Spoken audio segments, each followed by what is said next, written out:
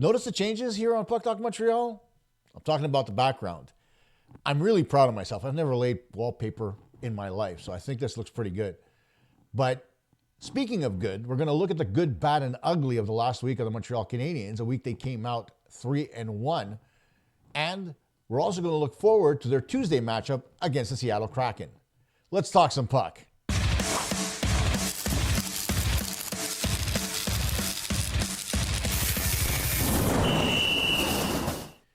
Thanks for joining us here on PuckTalk Montreal. I am, of course, Coach K, affectionately known that way.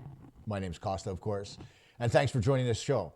Now, before we get started, let's get rid of some business, because I did make a few more changes as well. Let's talk about our partners.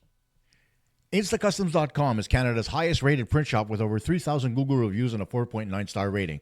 They offer direct-to-garment printing on all your favorite clothing, along with coffee and travel mugs, and they even offer embroidery. Habs won a Stanley Cup? You can win too on Stanley Street at InstaCustoms.com.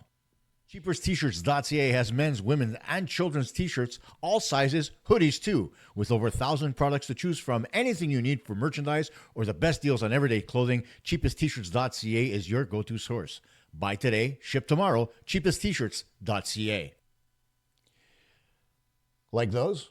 I hope they're better because everybody complains, but it is what it is. We need our sponsors to support the show, and we thank InstaCustoms and CheapestTshirts.ca as always.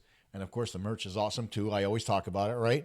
Especially with the holidays coming. But let's take a look at more good as we take a look at the Montreal Canadiens' good, bad, and ugly for the last week. And we're going to start with the most obvious good there is, and that is Ivan Demidov.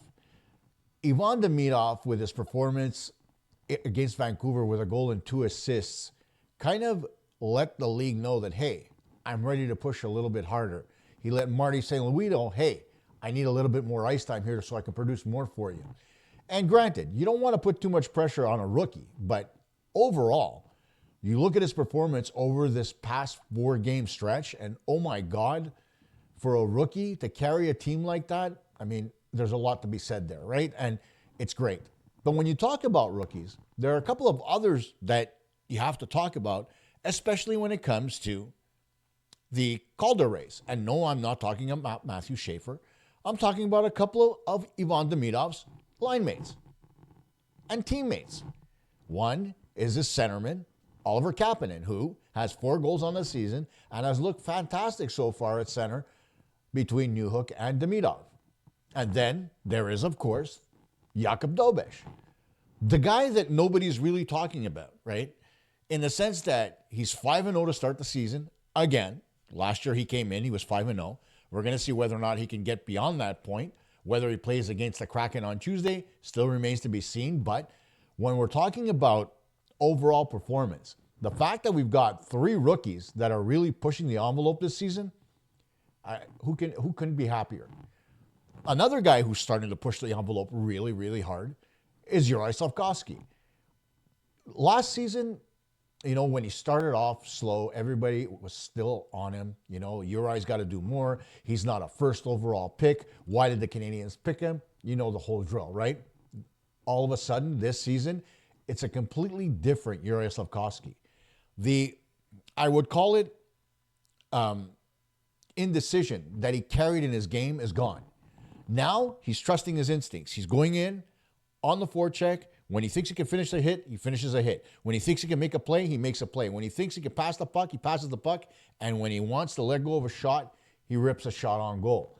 Those are all things where we saw indecisiveness from Slafkovsky last season and the year before. And of course, that comes with youth. He's still a young guy. He's only 20 years old. But overall, when you take a look at his progression this season so far after 10 games, oh my God, he's a completely different player. You can keep talking about the good. The Canadiens' power play with Ivan Demidov there instead of, whether it's Patrick Laine or even Zach Baldzirk, who started on the first wave of the power play. He's incredible. And he's, the power play was 2 for 3 against the Canucks the other night. And if it continues, the power play is going to continue to look better. And not only the advent or the addition of Demidov made the power play better, but as I mentioned in the postgame show last time, the shots coming from the point off the stick of Lane Hudson are starting to create variances. So now you've got threats at every aspect of the ice. Net front with Slafkovsky, on the flanks from Demidov and Caufield. You've got Suzuki, you've got Hudson. Everybody's looking to shoot or pass the puck. Everybody's looking for rebounds. That's how the Canadiens got their 2 goals the other night against Vancouver, and that's how they got to continue to have success in the power play. It's not always about the perfect shot, and that's something that I've said a million times over. Most power plays don't score clean all the time, right? In fact, they don't score clean more than maybe 25% of the time. The rest of the time, it's off rebounds, it's off deflections, it's off screens, you name it. And so if the Canadiens are going to find success, they're going to need to make sure they stop looking for that perfect shot, which they have. Now they're looking to get pucks through, generate rebounds, drive the net, look for those dirty goals, and score anyway. And that's why the power play is showing signs of improvement. If it was still the old, we have to pass it to the flanks and we have to absolutely get a one-timer to score, well then, sorry, but thanks, but no thanks.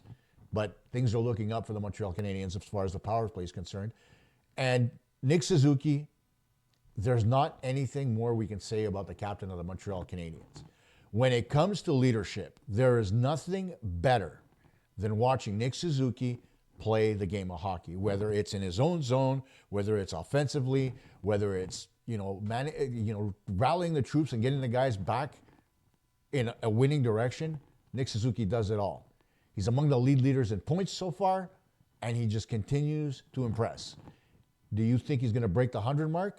Right now, after 10 games, I believe he's got 13 or 14 points. I'd have to look it up. I don't have it on my screen. But overall, there's nothing more to say about Suzuki other than wow. Just wow. And let's not forget the ability to score of Cole Caufield. 7 goals on the season. Just an incredible start for Caufield. We're thinking 40. A lot of people are thinking 50 when it comes to Caufield. Now, you don't want to put pressure on him again. Last year was 37. You want to see him score more. An improvement. If he gets to 40, that's an improvement. If he gets to 50, that's icing on the cake. So let's not push it too much, but as long as he continues to score, that's what Canadiens fans want to see. So that's the good. How about the bad? Well, the bad starts with the news on the injury to Patrik Laine. It's unfortunate. And I hate to see Patrik Laine, out of the lineup. And, a guy like that who's coming back, this hits his ego harder than you can expect, right? But he put it out on Instagram. When you get down, you got to get up, right? Or something to that effect. There was a quote by Muhammad Ali. I don't remember what it was exactly. Or when you get knocked down, you can't stay down. Something like that. And, that's great to see Laine do that. To come out on social media, to let people know how he's thinking and how he's feeling and how he's going to progress. And hopefully, after the surgery, he starts to convalesce quicker than you would expect. He heals and he comes back for the new year. That's what I'm hoping. He's out 3 to 4 months. Hopefully he's back sooner rather than later, but we saw what happened last year where we lost him late in the season due to injury. I'd rather he take the time and convalesce properly and come back because the Canadiens are poised to make a strong playoff push and, maybe a playoff run to add to that. Bad, you know what I'm going to say. Sam Montembeault. And it's not because I don't like the guy. And there's something I got to address when it comes to Montembeault. There was somebody in the comments that said something about me making this a language issue. So for those of you that don't understand French, I'm going to throw this out there right now in French. Je suis pas xénophobe. C'est pas question que j'aime pas le français ou que j'aime pas les francophones. J'ai passé mon adolescence à Outremont. Et j'ai grandi autour de toutes sortes de différentes cultures, spécialement les Canadiens français. Madame Vallière était ma voisine. On écoutait les expos sur la radio ensemble. On jouait à l'église Saint-Madeleine dans la cour avec les enfants qui étaient à la garderie francophone de l'autre côté de la rue. Et puis, toutes mes amies, la majorité au moins, où j'ai grandi, étaient des francophones. Alors, ce n'est pas une question de langue. Alors, on arrête ça, s'il vous plaît, tout de suite. Having said that, now let's talk Sam Montembeault. There are a lot of people in the media that believe that Sam Montembeault got an invite to the Olympic Cup because he's French Canadian and there's no other French Canadians that were invited. I believe that 0%. If anything, they invited Sam Montembeault because of what he was able to do for the Canadiens after the Four Nations and after the All-Star break. Because he came back and he was strong and the Canadiens got good goaltending from Montembeault. There's no question about that. The thing about Monty right now is the fact that he's got no confidence, and you could see it. Since the preseason, and now we won't really count that, but since the preseason, we have not seen Sam Montembeault play Sam Montembeault type of goaltending. And that's no fault of his. What he has to learn to do is adapt to what's happening around him. And I've yelled at it at the screen. I've yelled towards you. I've yelled at people on social media through my tweets and my texts. And I've said it. He needs to fix his ability to stop pucks from distance. How do you do that? You step to the top of your crease. You learn to track the puck better. You stop and you look around and you try to find the puck a little bit easier. You find new ways to find the puck. You also don't sit back in your crease when there's players in front of your net. The first thing that I was taught as a goaltender was when there's somebody in front of your net, you're less likely to have a deflection go by you the closer you are to that player. And all the time we see Sam Montembeault, especially on one of the goals by JT Miller that hit him in the pants. Monty was back about 3/4 of the way in his crease, close to the goal line, and the puck just bloop right over him and into the net. There are things that he needs to correct in his game. And in the 4-3 win, he actually did just that. He corrected his game. He looked better, and I gave him credit for it. But then he went back to his old ways. And the problem with that is simple.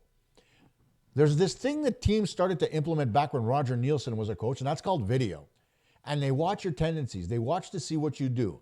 They'll have video sessions with their players, and the players will see the different things that coaches outline about goaltenders.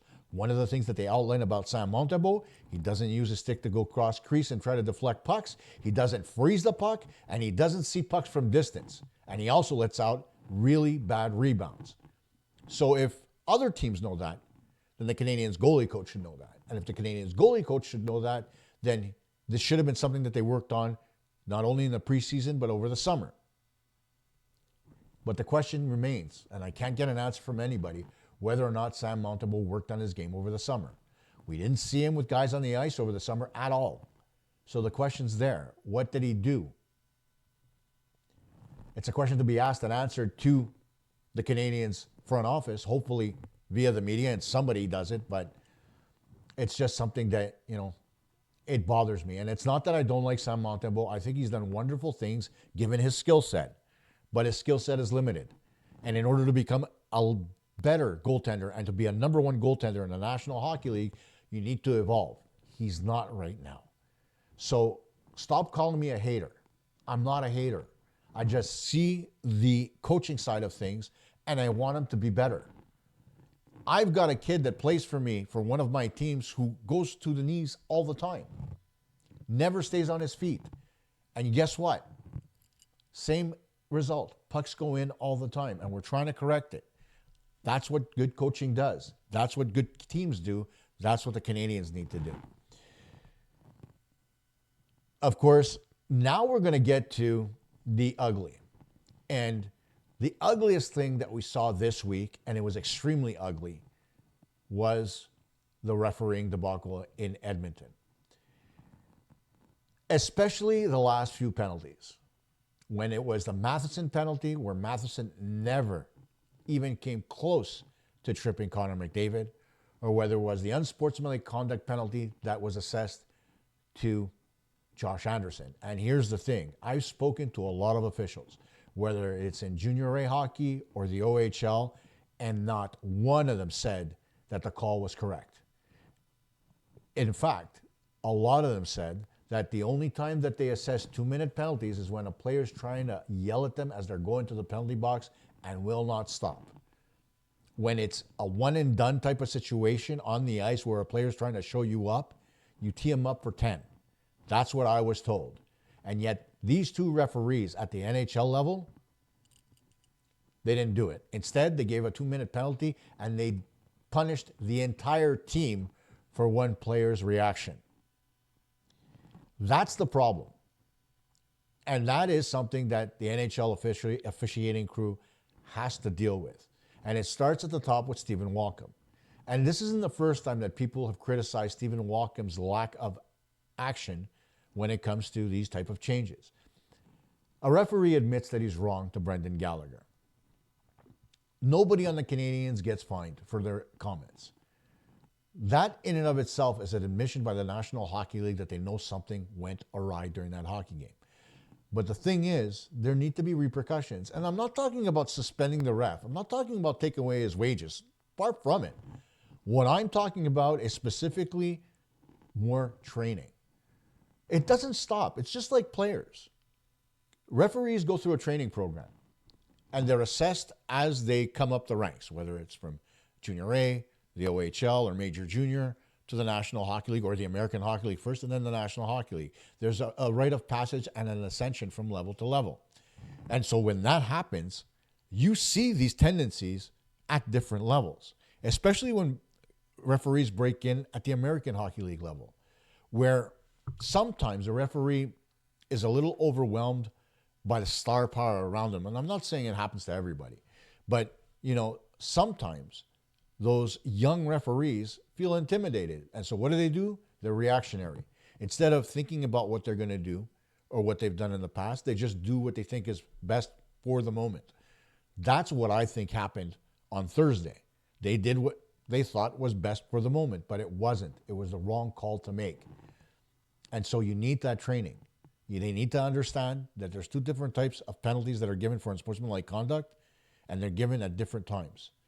Unsportsmanlike conduct, the 2-minute variety is normally given as a bench minor, or it's given when it's assigned with another penalty. Players in the penalty box, he's chirping at the ref. Referee tells him to stop once, stop twice, tee you up.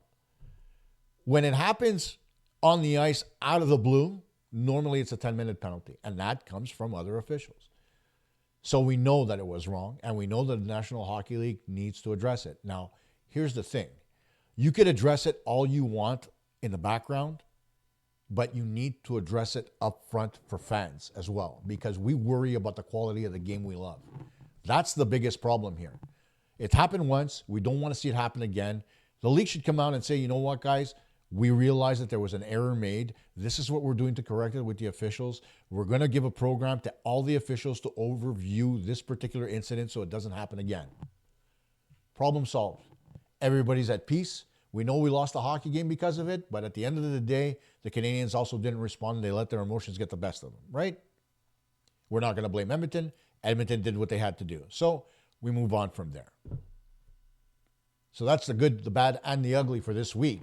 Now, let's take a look ahead to the Seattle Kraken on Tuesday. And as usual, we're going to go through the lineups, starting with their forwards. We've got Beniers and Ebelre on the first line, but the change that is being made here is Catton on the left side. Why? Because Jared McCann is injured, and that's a big loss for the Seattle Kraken.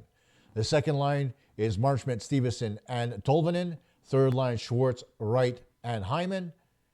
And the fourth line is Carty, Myers, and Winterton. On defense, you've got Vince Dunn, Adam Larson, Lindgren and Montour, Mahura, and Alexiak. And then in goal, of course, you're most likely going to see Joey Daccord start with Matt Murray as the backup. Here are the injuries that are hurting the Seattle Kraken right now. And the biggest one there on that list happens to be Jared McCann. He came out on fire this season, scoring goals at a great clip, but now he finds himself on injured reserve. So what does that mean for the Kraken? Well, their last game, they won 3-2 over the Edmonton Oilers, and you know who led the way? Jordan Ebelre, their captain. He was fantastic in that hockey game. And so the emergence of Ebelre, and Ebelre leading the way for that team right now, is a dangerous thing.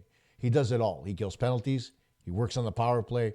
And so Jordan Ebelre is pretty much the equivalent to Nick Suzuki, but not quite at the same level. Suzuki is a better player, I find anyway, than Ebelre is. But Ebelre is still dangerous. We know Matty Beniers is always dangerous, right? You take a look at Stevenson, he's dangerous. Marchment, he's dangerous. So there are a lot of threats that we've seen from the Kraken. But the Canadiens can mitigate all that by doing what they normally do. And we'll get to the 5 points of them winning the hockey game in just a minute. You take a look also at their defense. And as we mentioned, Montour and Oleksiak are the two guys that are the most dangerous on defense for the Kraken. Oleksiak scoring in the last game. Montour, he's always involved in every facet of the game. Defense, offense, he's always around. So you got to make sure you mitigate what those guys are able to do as well. And of course, there's the guy in nets, Joey Daccord. Didn't have the greatest game against the Canadiens last time. You know he's going to go out there and give a better effort for his teammates. And Daccord can do that. He's an excellent goaltender. So let's see what happens. How do the Montreal Canadiens find a way to beat the Seattle Kraken? Well, here are your 5 keys to victory. Number 1, they need to make sure they establish 5-on-5 control. And they've done that of late. They've been extremely good at 5-on-5 from line 1 through 4. There hasn't been one line that hasn't been good. You know, Seattle held about 51% of all the 5-on-5 shots versus the Canadiens in their last meeting. So you want to see the Canadiens kind of try to flip that a little bit. They also need to be better on the faceoff dot because they were absolutely owned by the Kraken in the last game. They got to make sure they win the puck possession battle and spend a little bit more time in the offensive zone than they did last game. Last game, a lot of that game was played in the neutral zone. You want to see them spend more time on the right end of the ice. Montreal's got to keep the fast tempo. They've got to go up and down the ice quick, move the puck in transition, go at high speed. And you got to keep Seattle's high danger chances to a minimum.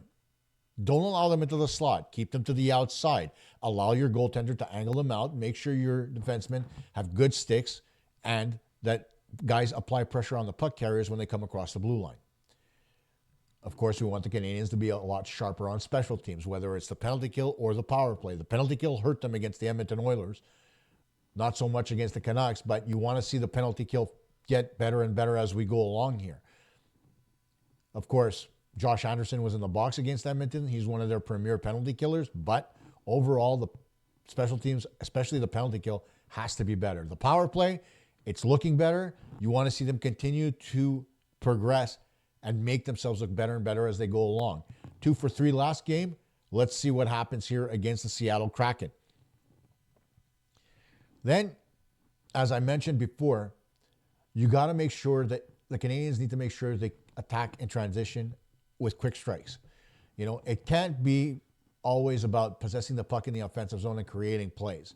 The one thing that Seattle has a hard time dealing with is the Canadiens' team speed. They came out of the zone quick against the Kraken last game and dominated the neutral zone. The Canadiens need to continue to do that through the middle of the ice with speed. Make sure you take away that time and space, and good things will happen.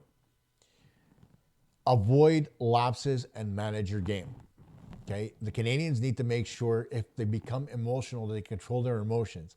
And they've got to make sure they keep their lapses to a minimum. That includes goaltending, whether it's Jakub Dobeš or whether it's Sam Montembeault. They need to make sure that they focus on the task at hand. Okay? Dobeš did not have the greatest game against the Vancouver Canucks, allowing 3 goals. And a couple of them didn't look great, although they weren't necessarily his fault. They were stoppable pucks. So you want to see whoever it is in goal stop the ones they should stop. The cross-ice pass for the one-timer that goaltenders stop 20% of the time, you're not going to fault the goaltender for those going in. But the easy ones, the ones that should be stopped, that aren't stopped, those are the ones you want to see get away from the game. You want to see defensemen stop making mistakes and giving away the puck in the neutral zone or at the defensive blue line. Make sure pucks get out quick, up to the forwards, attack in transition. And rally around your goaltenders, guys, especially if it's Montembeault in nets. You need to pick him up. He needs a win. And whether it comes from his effort or whether it comes from the players backing him up if he has another rough start, overall, you got to make sure you pick up your goalie and you rally around him. Make sure you give him the defensive support.